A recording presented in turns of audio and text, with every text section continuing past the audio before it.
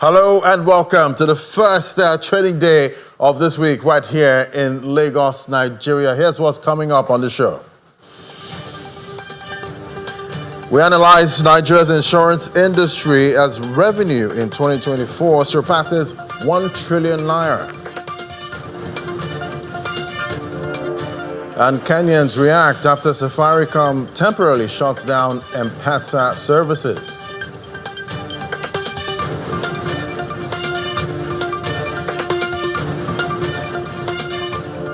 And in Ghana's fixed income markets, the government rejects 1.67 billion Ghana cedis in bids despite 18% under subscription for T-bills.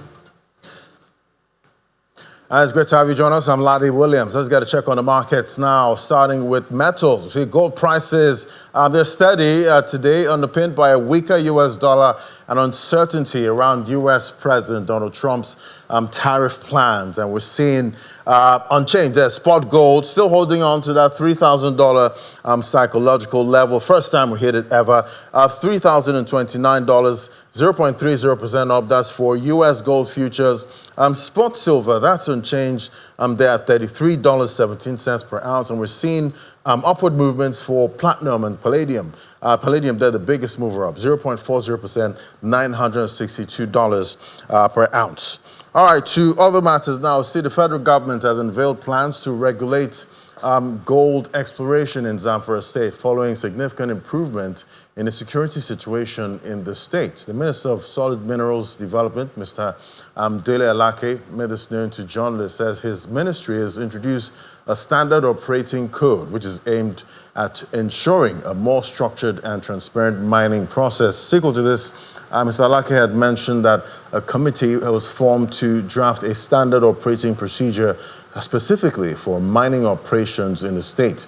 The committee, which is interagency and interdepartmental, aims to provide a code of conduct for anyone wishing to operate within the state's mining sector, particularly with regard to gold extraction. In December 2024, the federal government lifted a 5-year ban on mining exploration in Zamfara State due to banditry and illegal mining operations. And yes, that was on the back of gold prices there. Now to oil. We're seeing oil prices holding steady today as investors are assessing the outlook for ceasefire talks aimed at ending the Russia-Ukraine war.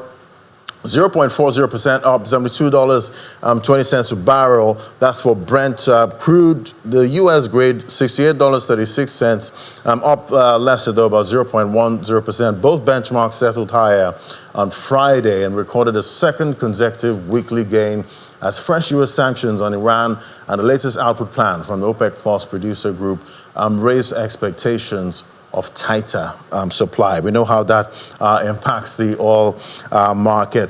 All right, so we see concession and preservation of road construction across the country would improve transport network and reduce the menace of kidnapping.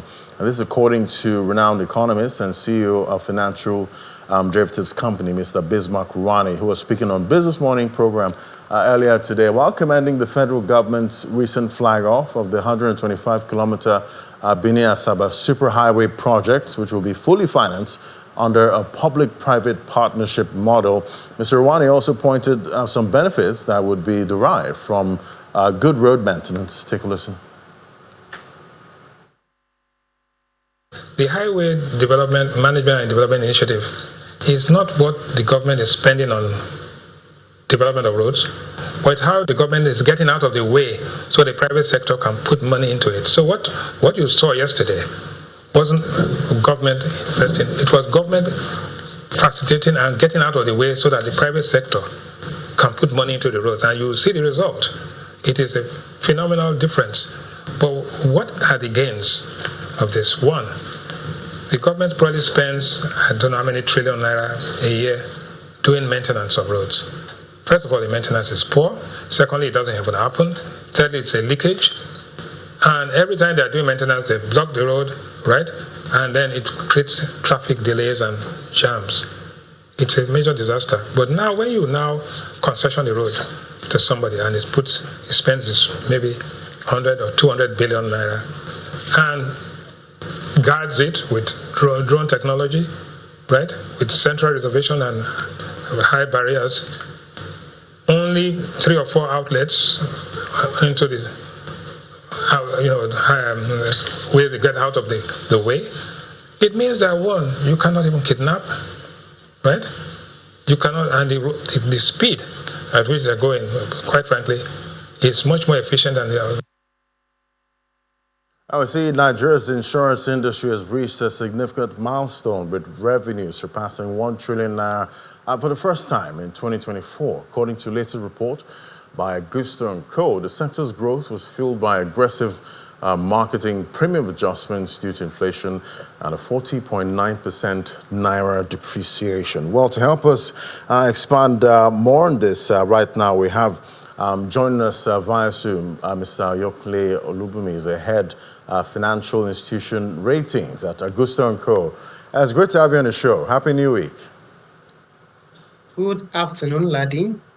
So, your report there, you mentioned this growth there, 1 trillion in revenue. That's for the insurance industry. You say it's driven by aggressive marketing, and it's also due to inflation, definitely, and currency depreciation. What else do you think drove this growth, and is this sustainable?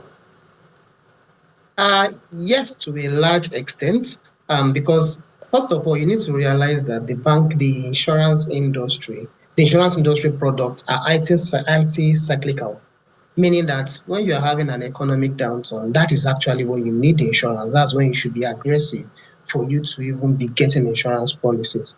So although you're saying that there's a macroeconomic downturn, right? You will see that the industry will still even be able to generate income. And also, something that we've seen in the last couple of months is that the regulator is partnering with various agencies to drive enforcement of the compulsory insurance, from the third-party motor insurance to the that one that has to do with the Public Building Act, all those ones. Those ones are also helping to sustain the growth of the insurance revenue in the near term. And, talking about inflation and what we've seen with currency depreciation, 2025, we're seeing, some kind of stability, with the currency at this point. So does it mean that we might not see that much revenue growth in 2025? Yeah. Now, I agree with you that, in the last couple of years, right, the foreign currency denominated policies like those in the oil and gas, right, in aviation, right, a lot of them saw an upsurge, right? The revenue were bloated in naira terms because of the currency devaluation. However, if you are looking at 2025, you agree with me that the macroeconomic terrain is relatively better compared to what you have in all those 2 years. So although in terms of the growth, right, you might say that, oh, they are not bloated, but you notice that there are more people, more companies that are able to even pay the premiums. And also, don't forget that there are some other line of businesses that are denominated in naira. For example, what I mentioned about the enforcement, that will significantly drive the motor business, which accounted for about 12% of the industry's insurance revenue in 2024, right? There are other areas, right? As the purchasing power of consumers are actually even improving, we expect inflation to moderate a bit in 2025. That will also help more customers, more clients, more people to take up insurance policies. Right. I'm talking about picking up car insurance policies. We see, with the currency devaluation, cars have gotten really expensive right now. And I do hear some people saying, please hold on to the car you have now because of the cost of cars. So that would definitely impact, most of the insurance people buy. Yes, it's going to help the insurance companies, right? Because one thing that a lot of them did last year is to try and even encourage more clients to even take up, particularly the comprehensive insurance policies. And what we saw, although the increase was in the increase in the motor policy was in 2023, right? In 2024, more people are taking on it, right? And what they are doing now is even to educate people that, look, although you might think the premium is expensive, but if you look at it, that if something happens to your cars, you notice that the cost of fixing it and even the cost of getting another car is very prohibitive. So you see that in the long run, it might even be cheaper for you to even get your insurance, to have a motor insurance. And what we are seeing also is that the industry is also responding based on the relatively large size of the premium that needs to be paid on cars, right? Introducing some flexible products that allow you to even either pay instrumentally or even to allow you to even, instead of saying that you have a full comprehensive insurance, you can pick and choose what you want to cover, right? You might say that you don't want to cover fire, you want. So by even choosing the bouquet of what you want to be insured, you notice that you have a comprehensive insurance that even is customized and even bespoke to your specific need as a client. All right. So also, we're seeing reforms coming for the insurance industry too, and talking about the insurance reform bill, if passed, how do you think this will impact the industry, going forward? Okay. I think the Nigerian insurance industry reform bill is meant to change the face of regulation in Nigeria. Prior to now, we have various legislations that were used to even regulate activities in the insurance industry. For instance, we have the Insurance Act 2003, we have the Maritime Insurance Act 2004, we have the Motor Vehicle Third Party Insurance Act 2004, we have the National Insurance Commission of Nigeria Act 2004, and we also have the Nigeria Reinsurance Corporation Act 2004. So the aim of the ongoing reform that we are seeing in the industry is to try and even consolidate all of these into one legislation. And even also, the plan is to also even update this legislation. Like you see, a lot of them are even, I like say all of them are even more than 2 decades old, and there is actually even need to reform them.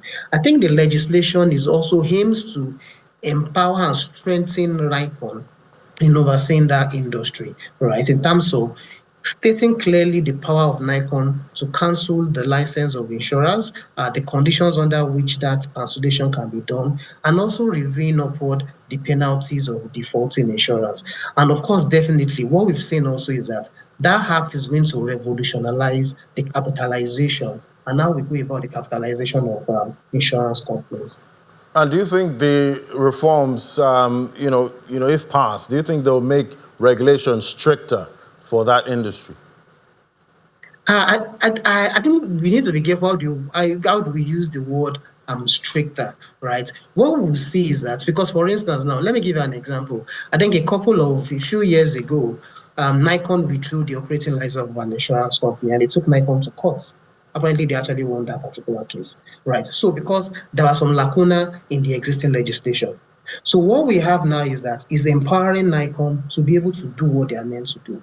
Because what we are seeing in the insurance industry, there are a lot of cleanups, a lot of the cleanup activities that Nikon needs to do. So what this act is going to do is to empower Nikon to be able to even implement those particular changes that are needed for them to embark on the reform that are needed to even be able to even structure the industry and make things to be working effectively in the industry.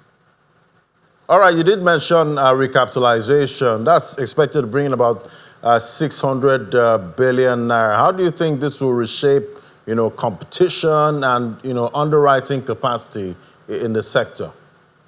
Okay, because the last time we had a review of the recapitalization of the industry was in 2003, right? And even then, right, the minimum capital for life was 2 billion, for non-life 3 billion, and then for reinsurance was 10 billion, and for composite was 5 billion, right? You agree with me that if you convert that one to dollars, you notice that that is very, very small compared to now. And that has significantly impacted the ability of the insurance companies to even underwrite risk. So what you see is that some big ticket or complex transaction, the insurance company just basically serve as agents, because as they're taking those risks, a lot of them are being seeded out because they can't even undertake and retain them. But with the planned recapitalization, is meant to even increase the capacity of the insurance to be able to underwrite risk and even retain a lot of it. Now, based on the bill, the plan is to raise the minimum capital for life companies from 2 billion to 15 billion, that of non-life from 3 billion to 25 billion, and that of reinsurance company from 10 billion to 35 billion. Of course, definitely that will increase the ability of the insurance company to take on more risk. And most importantly, we will realize that insurance company now will be under pressure to be able to deliver return to the shareholders, because it's not only for you to have those funds, you have to deliver returns to them. And we think that that will also increase the competition in the industry, right? It will compel the insurance to improve their offerings, to become more customer centric, to see how we can even increase penetration with the ultimate aim of improving profitability and satisfying the shareholders. Now we know, technological adoption is cited as a growth driver. What innovations, like take for example insurtech, digital distribution. What innovations do you think could accelerate insurance penetration in Nigeria? Because that's still lagging, going by what we're seeing. I agree with you. And I think there's even a school of thought that believe that one of the reasons why we have very low insurance penetration in Nigeria is because technology adoption is still relatively low in the industry. And I think the good part is that I think the industry realized that, look, there's no way you can scale up. There's no way you can drive growth without adopting technology. And I think currently almost all insurance companies have one or two technology or digital projects, right, that has been ongoing to be able to ensure that we have business efficiency. So in the near term, right, based on what is going on now, would it be believe in the next 1 or 2 years, we're going to see the impact, right? In terms of business generation, in terms of distributing products, even in terms of even managing claims, right? Customer service, and even overall ensuring that you have an efficient organization. And like you also mentioned, yes, the insurtech will going to be very instructive in even ensuring that we also even have a lot of technology adoption in the industry. And we also have the web application regulation that became effective last year. That will also ensure that you have more technology adoption in the industry. Luckily, we all know that technology adoption is not cheap, that this recapitalization exercise will provide the needed resources that are meant to drive this technological revolution in the industry. And we also have a school of thought saying that, rising claim costs and stricter IFRS 17 standards may force insurers to, prioritize profitable policies. Will this lead to maybe higher premiums or reduced coverage for consumers? Yeah, I think, like I mentioned earlier, one of the reasons why insurance company needed to raise the premium last year is because of one, IFRS 17, and also because some businesses were onerous, were already even non-profit making. And what we've seen also is that, look, right, a lot of insurance companies, they are focusing now on profitability because based on IFRS 17 standard, from the outset of the transaction, you need to check if it's profitable or not. If it's not profitable, you need to expense the loss from the outset. So there's no point for you even underwriting a policy when you notice that, look, it's going to impact your profitability from the outset. So you see that a lot of customers, a lot of insurance companies are focusing on profitability of transaction. Having said that, what we've seen insurance companies trying to do is to create flexibility on some of their products. So meaning that I'm not saying that, oh, just come and, like I mentioned earlier, I'm not saying that if you just take comprehensive insurance, you can actually even take those that you want to even underwrite, right? Here are the ones that the risk that you think you don't need to actually cover, you might not even remove it. You might not even have a policy that covers it. And what we are also saying also is that some insurers are also trying to even engage customers, educate them more that, look, although you might think the premium is high, but in the long run, you are better off for it because if you have a loss, the impact is going to be significant. Having said that, yes, we've seen some level of under-insurance in Nigeria, in which some clients are reducing the sum assured. But what some insurance companies are trying to do is to increase education, educate the clients, and even probably discuss the appropriate payment structure to ensure that their risks are covered. Right. I know most times customers run away from, comprehensive insurance when it comes to the cars and all of that. There's still that debate, about comprehensive and third-party insurance. Maybe we have to get more creative, with the comprehensive to make it more attractive, going forward. But thank you so much. That was Mr. Ayokule Olubumi, is the head financial institution ratings at Gusto & Co. Thank you for coming on today. Thank you very much. Thank you for having me.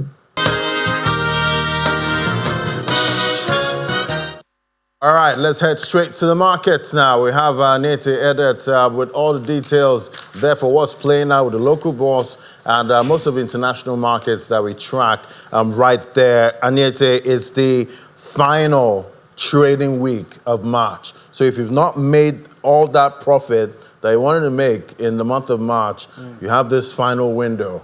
Is it possible?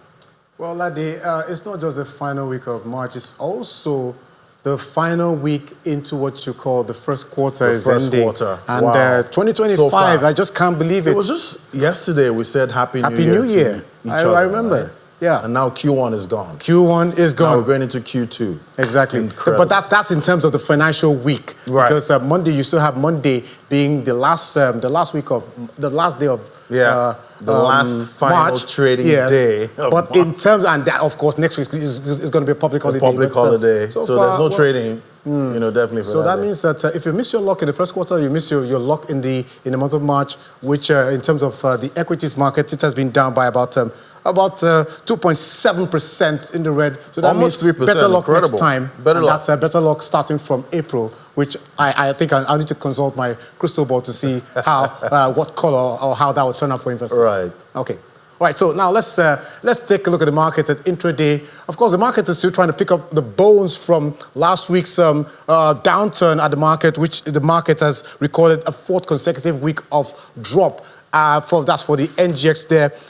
So far, year to date is still in the positive, but at plus 2%. So that means that so far the negative has been much more than the positive. But let's take a look at the figures there that you have on your screen, where the number is back at about 105,000 points for the all-share index of Nigeria stock market, and then also for the markets across the Johannesburg Stock Exchange as well as the EGX 30 and the Nairobi Stock Exchange. They were all in the red. So except for Nairobi Stock Exchange, we closed in the red on Friday. All of the other two markets intraday were not too good for the close. But also talking about Nigeria's stock market, we have that UBA. That's one of Nigeria's oldest banks, but at the same time a tier one lender. What you call in the acronym that we call the FUGAS. That bank has reported its full year 2024 earnings, which means that for now, before I get to give you details about the UB, I think Ladi has Before some details for us. Anete gets into it, we're going to be joining live coverage now at the flag-off ceremony of the construction of Access Road to the second Niger Bridge. So we're going to be joining that on DSTV. But if you're watching on other platforms, you can still follow on to find out how the money is moving right here. Let me throw it back to Anete now. So thank you, Ladi, for not taking much of my time. Okay, so now I was telling you about UBA, but if you take a look at your board, the screen there, we have what we call the financial market outlook, what we are expecting for the financial market, especially for Nigeria. First, as we speak now, the Debt Management Office is carrying out the FGN bond auction. This is not a savings bond auction. The savings bond auction always happens in the first week of a new month. It's a monthly auction carried out by the Debt Management Office, but this time it's the FGN the FGN's bond auction, which is on two reopenings. So where the government is targeting about 300 billion naira from investors, willing investors, and of course we always have it that the bond auction is always oversubscribed, and that's part of what the government uses to finance its budget and some other necessities that they need for funding. Now, at the same time, the central bank will hold. This is the third time that we're going to be having a Treasury, the NTB auction, the Nigerian Treasury Bills auction, which will be carried out on Wednesday. That's the midweek of this, the middle of this week, the final one. 3 Treasury Bills auctions, and about 700 billion worth of maturing bills will be on offer by the central bank in collaboration with the Debt Management Office. At the same time, we see that there's going to be the money market overnight rate is expected to remain elevated. This is because we're still expecting that 300 billion worth of FGN bond primary market auction debits is going to be much more than the more than 200 billion naira worth of FGN coupon bond payments later this week. So everybody is eyeing out for that money, of course, excess liquidity in the market. And for the equities market, what we were talking about that UBA's full year 2024 financial market results being released. So far, the banks had not released any full year results, as well as insurance company, but UBA has been one of the first to release the results, and which shows that the profit was up by about, it climbed to about 804 billion naira. The company has already declared a 3 naira dividend. Its earnings soared to about 2.08 trillion naira, and that's for the full year 2024 financial results that just released today. So far from that, one of the Nigeria's biggest banks, UBA, and we also expect that other banks will follow suit. So far, the markets will be looking out for many of the bank earnings, particularly the big banks, the GTCos, the Zenith banks, the Access Bank, and all the other Tier 1 and Tier 2 lenders. So that's it for the markets that we look at. So let's talk about the Forex market as in the fixed income market. We see that last week that there was kind of a mixed sentiment there, but we saw bearish sentiment for the bonds market. The average yield there, it increased by about 28 basis points to 18.8%. And for the treasury bills market, we saw it was also a bearish week last week. This was underpinned by the liquidity dearth in this financial system. So also we see that the central bank, like I mentioned earlier, is scheduled to hold that NTB auction. But let's talk more about the bond auction currently being carried out by the Debt Management Office. And we have Odinaka Nwokonkwo, fixed income dealer with Access Bank, to give us details about that. Thank you for joining us, Odinaka. Hi, Anyete. Okay. Nice to have meet. Okay. All right, so tell us more about this FGM bond auction for the month of March. How is investor sentiment being felt at the moment? For the bond auction, the DMO is floating it today, 300 billion on offer across 2029 and 2033. We've seen a bit of, appetite across board. I feel it will be oversubscribed, and the DMO should be able to raise above 300 billion today. The appetite cuts across banks and asset managers and also PFAs. Okay, now from the bond auction to the treasury bills auction, this is the third time. So why is the central bank being so intense with this treasury bills auction? The normal calendar is twice a month. This week, the DMO kind of inserted another NTB auction. And when you look at the payments they did a lot of coupon last week. We saw coupons on there's a swap bond that the paid coupon, the coupons were at 21%. So that liquidity was also a lot. So CBN, DMO, in their wisdom, thought to raise more money from those coupon payments. So we saw them raising about 510 billion last week, Wednesday. However, you could see that they also worry about the rate. So they could have actually borrowed more because what was on offer was 800 billion, but they only raised about 510, considerably considering the rate at which it would close. So that auction closed at 19.94 on the long end, while on the short and medium, it closed at 18 and 18.5. Okay, so now we've done the bonds auction and the treasury bills auction. Tell us about the FX market, which we saw that the Forex reserves have gone back into the red, and then we also saw a negative close for the transactions on the Forex markets. I think for the past 2 weeks, we could see depreciation and also, a buying sentiment. We still have more bids as opposed to supply today. We see the bids around 1525, offers around 1533. And this is on the backdrop of some of the FPIs trying to repatriate funds, and these have also filtered into the fixed income market, where we've seen it so bearish that in the last 2 or 3 NTB auctions, we've seen rates kind of increase, and also in the secondary market on the bond space. So on the FX market, we are currently seeing it as still bullish in the market currently. However, the offers are still over around 1533 levels.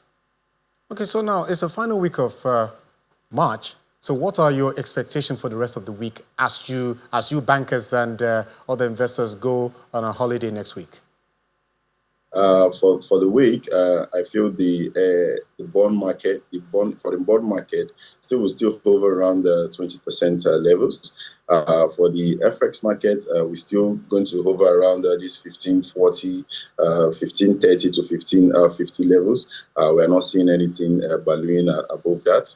For the money market space, rates are still around 32.4%. We've seen market to the opening liquidities around negative, now around 25 billion.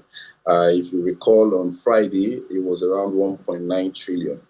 So we still expect it to be a bit, a market to be short, and rates to be hover around the 32% levels. Okay, Odinaka, thank you so much for your analysis. And of course, we look out for the rest of the week, all the activities across the fixed income market and the forex market. Thank you so much for your analysis on the show. Thank you. Thank you. That was Odinaka Nwokonkwo, fixed income dealer with Access Bank.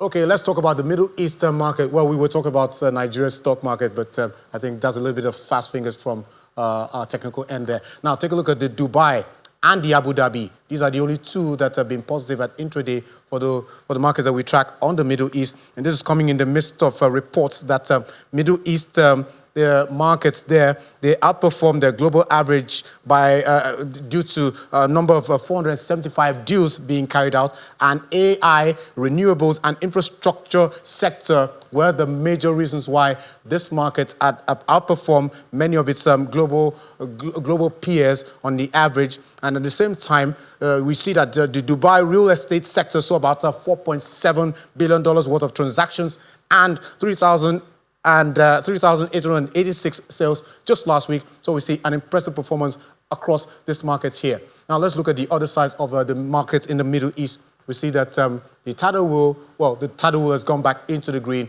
0.46% at intraday, 11,748.11, while Qatari Stock Exchange All-Share Index is still in the red, taken off from last week Thursday, as well as on Sunday. But we don't track Sunday, we track Monday here for the start of the week. Okay, so now let's jump over into the markets in the United States. Stock futures in the green, and this is coming on reports that U.S. President Donald Trump is considering to hold back on some of the tariffs. The deadline is looming next week, Wednesday to be precise. That's April the 2nd. That's when another series of Donald Trump's tariff policies are supposed to kick in, but I think it's going to put a pause there. U.S. markets were in the green. The Dow Jones Industrial Average, as well as the S&P 500 and the NASDAQ were all in the green. Sorry, we're still talking about Middle East here, but let's flip over to the U.S. markets where we see all those markets coming up from the losses that they had sometime in weeks past. But so far, they've been able to hold on to the green ahead of the opening bell, 2:30 Nigerian time. But on the data front, investors will receive a consumer confidence reading later on Tuesday, which will be followed by an initial weekly jobless claims figures due to be released on Thursday. Last week, the markets, as I mentioned, the three averages closed higher. The indexes also rebounded from their lows after Donald Trump mentioned that there will be some flexibility regarding the tariffs, which I've also mentioned here. Now, let's take a look at the final stop where we go to Asia. Asian markets, they ended really in the mixed terrain there. You see the Nikkei, the Kospi, and the Hang Seng, one in the green and the other two in the red. And talking about South Korea's index, we heard that the Constitutional Court on Monday has struck down Prime Minister Han Duck-soo's impeachment That's according to local media. So he was impeached by the opposition Democratic Party sometime in December after he reportedly refused to appoint 3 major justices. But so far, that political turmoil has been put to rest. But of course, the market didn't react positively to that. But the other side of the market, we see that Shanghai, that's for China, Shanghai index 0.15% in the green. And this is coming as Morgan Stanley, as one of the investment bankers, raised China's 2025 GDP forecast by about 50 basis points to 4.5%. That's in the light of a robust activity data in January up to February, which is rather stronger than expected from the starting point. And for India, we also see the Nifty 50 1.32%, 23,658.35. And this is coming amid reports that India is to launch its first exploration license for critical and deep-seated minerals. Companies like Assam, J&K, and Kerala are to join in that auction. So that's part of the reasons why the market is in the green for the close of Monday's trading session. And what a way to start the markets. All right, so a lot to look out for this week with the PMIs and PCA and Fed speaks this week. And that will definitely, push the market or push investors where to put money. And for the last trading week, this week for the local bourse. Quite interesting. Maybe the bulls might make a comeback in just 1 week. Sorry, Laddie, but even if the bulls do come back, it's not possible for the bulls to reign. Can we gain 3% this week? Sorry, Laddie, I wager that the market would be 3% down. It's about 2.7% All right, in the red. We'll definitely see. Thank you so much. Anita there, putting his mouth where his money is at this point. All right, let's take it on to Europe now. We see Donald Trump has been in the White House now for 2 months, and he aggressively reorganizing the United States government and its relations with allies. It's been costly for many of them, but some see Trump's policies as a window of opportunity, including Germany, where some economists think the country could suddenly be more attractive to scientists. Well, Lars Holter is with DW and joins me now. Great to have you, Lars. So what exactly are they talking about? Yeah, thanks for having me, Ladi. Well, let's take a look at what exactly has been happening in the U.S. over those last 2 months, last week, as Donald Trump started eliminating the Department of Education, weakening schools across the country, has cut hundreds of millions in funding from some of the country's best universities, including research grants for Columbia and Penn University. He has also canceled research contracts that didn't fit his agenda. He has put in place a health secretary that contradicts science. And most importantly, over the last couple of weeks, he had university students arrested for participating in protests, and yet even professors arrested and deported who were immigrants with different kinds of visa. All that, of course, makes for an environment that might have some scientists and researchers rethink their career opportunities, especially that last part, the arrests and deportations, are a major factor here. Many researchers and scientists in the U.S. are obviously immigrants from all kinds of countries around the globe. Large numbers, of course, from India and Pakistan, also lots of people from Africa, many of them in the medical field, but also in high tech, in AI and future technologies. And they've been a crucial part of the American economic success, but many might want to look for a new home given the current circumstances. And I guess that's where, Germany comes in here. What is Berlin planning? Yeah, Ladi, that's right. Now, as of right now, there are no specific plans, but there's been a few economists here that have publicly said that Germany should make an effort to lure some of these people over here to have them continue their work in Germany. Now, that is a tall order, of course, because in terms of science funding, for example, Germany hasn't been able to hold a candle to the U.S. So economists, including Monika Schnitzer and Ulrike Malmendier, these are two women that are both members of the very influential economic advisory panel to the government.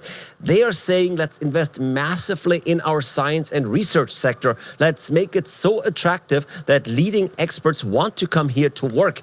Now, there would be a historic irony, of course, in this all. In the early years of the 20th century, Germany was a leading force in science and research. And then the Nazis came, and many of those scientists, many of them Jewish, fled to the United States. And that is how Germany's role in that sector got diminished, while the US rose to become the global leader in technological advancement. Now, we could see the opposite movement.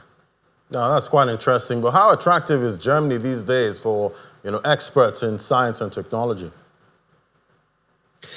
Well, Aladi, I'm afraid it's a mixed bag. Here's the bad news. While we are having a democratically elected government that is much more moderate in any way than the government in the US is, we too here have a strong right wing, with the AfD party coming in second in our recent elections. That is the anti-immigration party, and they won in the entire eastern part of Germany. That is where we find some states that have shown a worrying level of violence against immigrants. So there's certainly places where, as an immigrant, you would likely not feel welcome, and that is a huge problem in Germany that we have to fix. But there's also good news. First of all, in the western part of Germany, we don't see this level of anti-immigrant sentiment at all. But what we're generally seeing, and that's true for all of Germany, is a high level of education, leading universities, and success also in many ways. Germany is active in the fields of AI and climate science and others. Or just look at the medical field, where a couple of years ago during the pandemic, an immigrant-led company from Germany, BioNTech, was the first in the world to come out with a COVID vaccine. So all in all, Germany could very well be attractive for many who want to escape a Trump-led US. And it could indeed be a huge opportunity for Germany. Right, so much happening definitely in this first quarter. But, it's the last trading week of March right here.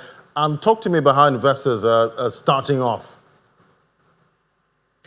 Yeah, it could be a really interesting week for our markets. We don't see much going on right now. Looking at the DAX, it's up a fraction, really not moving much. Last week, of course, we saw some weakness in an otherwise extremely strong market over the last couple of months. So it seems that investors are taking some profits, maybe acknowledging that the economy is not quite as strong as that recent bull run would have you believe.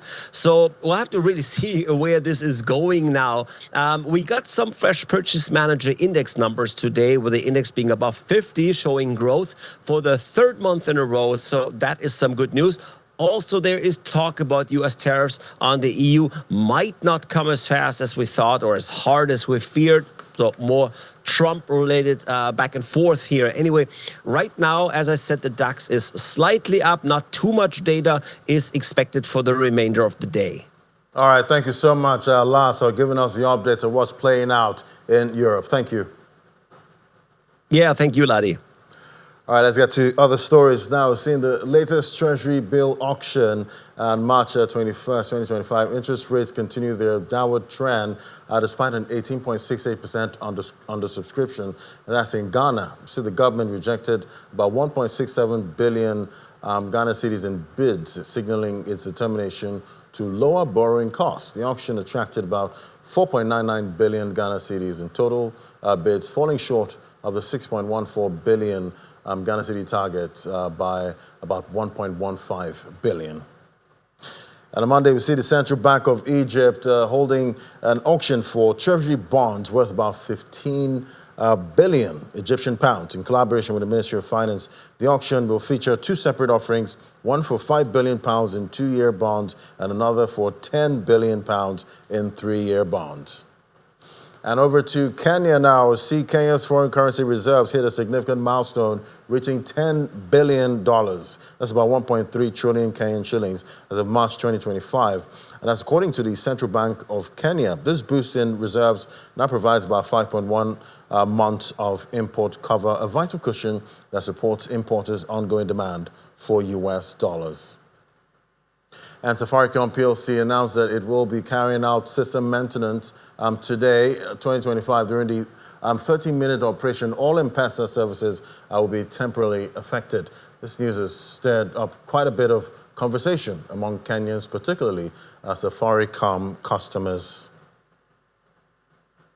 All right, now to our next conversation. Now we're moving on to Namibia. Now we see they've sworn in a new president, the first female president. She was sworn in on Friday to lead the country, and they're facing high rates of unemployment, inequality, and poverty at this time. But joining us now to unpack what's happening and what to expect for the economy, we have Salomo Hayes, MD, High Economic Intelligence, joining me from Namibia. Great to have you on the show. Hi, Landy. Good morning and good afternoon, and thank you for having me. Fine, and definitely congratulations. They're having your first female president. Big congrats. And I'm wondering, at this point, what is she walking into, at this point, talking about the Namibian economy? I know inflation, not bad, about 3% so far. Yeah, so I think that obviously one of the things that the incoming president has done is obviously to cut the cabinet from 21 ministers to 14, right? That means that's also led to a decline in the deputy ministers. So currently, out of the 21 deputy ministers that we had, we currently only have 7. So what has happened is that there's a move to really sort of manage the executive, but at the same time bring about some level of collaboration or coordination between the different ministries. So in terms of the Namibian economy generally and where we are coming from, we don't really have a growth problem. I think over the years we have grown quite well. And the biggest concern for the Namibian economy has essentially been around that the economy is not inclusive. You have too many you've got too few economic actors, and subsequently you've got a majority that did not participate. What this then means is that you have huge unemployment rates, you have high poverty levels, and then you have inequality between high inequality between the rich and the poor. So the president was trying to see how does she bridge the gap.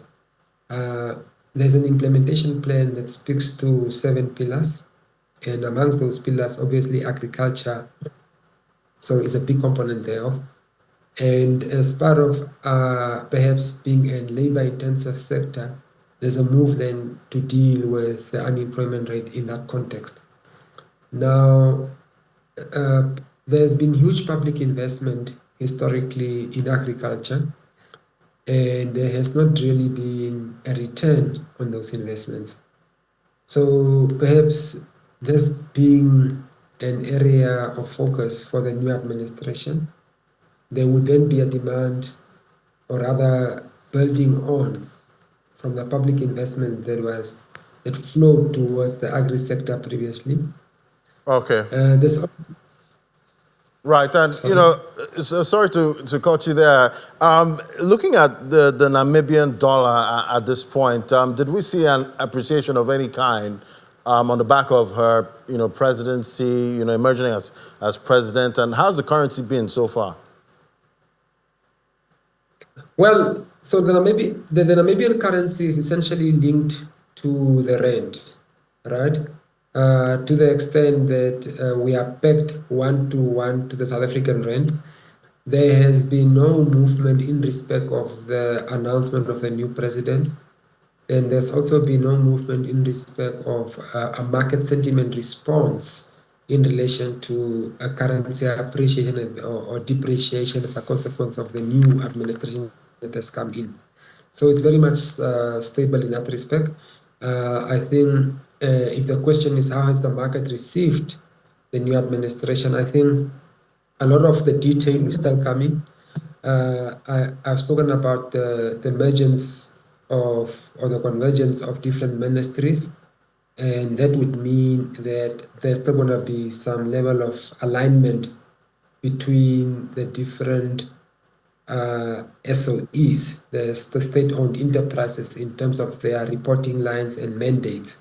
So, for instance, the Ministry of Trade and Industry is now the Ministry of Trade and International Relations, right?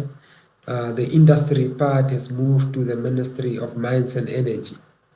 So, oil and gas would directly fall under the minister, under the presidency, under the president's office. Okay. So there's a lot of sort of reorganization. So the market has not really sort of put out a signal to say how this news has been received at this stage. Okay. But generally, in terms of the currency, you would not see a huge ramp as a consequence of that. All right, I guess there's so much to look out for at this time. We'll be tracking to see how the markets react generally to this new presidency. Thank you so much, Salomo Hayes, the MD, High Economic Intelligence. Thank you for joining me right here, and I'll see you again sometime. Cheers. Thank you for having me. All right, let's get a check of what's playing out with other markets that we track at this time. We're seeing a bounce. There's green on the screen with Bitcoin there jumping from about $84,000 up to $87,000 and still looking like it wants to maintain this position. Ethereum 2.92% up. So we're seeing big moves so far in the crypto market. Let's look at how investors are feeling. Are they still afraid at this point? Yeah, it's still fear, but much better than extreme fear. So heading towards neutral at this point for the market. All right, let's talk about other issues now in the cryptocurrency industry. We have Ololade Babalola, founder Endura Labs, joining me via Zoom. Great to have you on the show. Hi, thank you so much for having me, Ladi. Yeah, so definitely we're talking about Bitcoin mining, and I've not been hearing so much about mining, especially in Africa. So talk to me about the situation of Bitcoin mining. Is this something that's still big at this point? And do you think countries in Africa should be looking at mining Bitcoin at this point instead of buying Bitcoin? For anyone who doesn't really know the history, the design of Bitcoin, Bitcoin is quite fettered to gold. And by that, the process of generating new Bitcoin is called mining, and it involves having the required hardware that solve mathematical equations that validate and verify transactions on the blockchain. So with respect to mining, the protocol is called the proof of work mechanism, where you have to work to earn and mine new Bitcoin. Is it still profitable? Very much so. There are supposed to be, and they're going to be only 21 million Bitcoin that will ever be mined. So there is a supply cap on Bitcoin. We're about over 18 million right now. And every 4 years, that supply is cut in half, which is what we know as the halving. And with respect to that, many countries over the years have engaged in mining Bitcoin, either on the private side or on the government side, or hybrid of both. So I would say there's a nation called Bhutan who, fortunately for them, in contrast to Nigeria, had like an excess supply of electricity, and the government just decided, since we have this much electricity, why don't we redirect some of it to generate revenue? And I think in less than 4 years, they've done close to $1 billion, depending on what capacity of Bitcoin mining facilities that they've set up. So with respect to mining, and if there's something there are individual entities, pockets of people here and there on the African continent. I know that Ethiopia probably carries the biggest Bitcoin mining hash rate on the continent of Africa. However, there's still potential upside with respect to it. And I know I kind of just said something that sounds contradictory to the average Nigerian, which is we need electricity to mine Bitcoin, but we don't have all that electricity.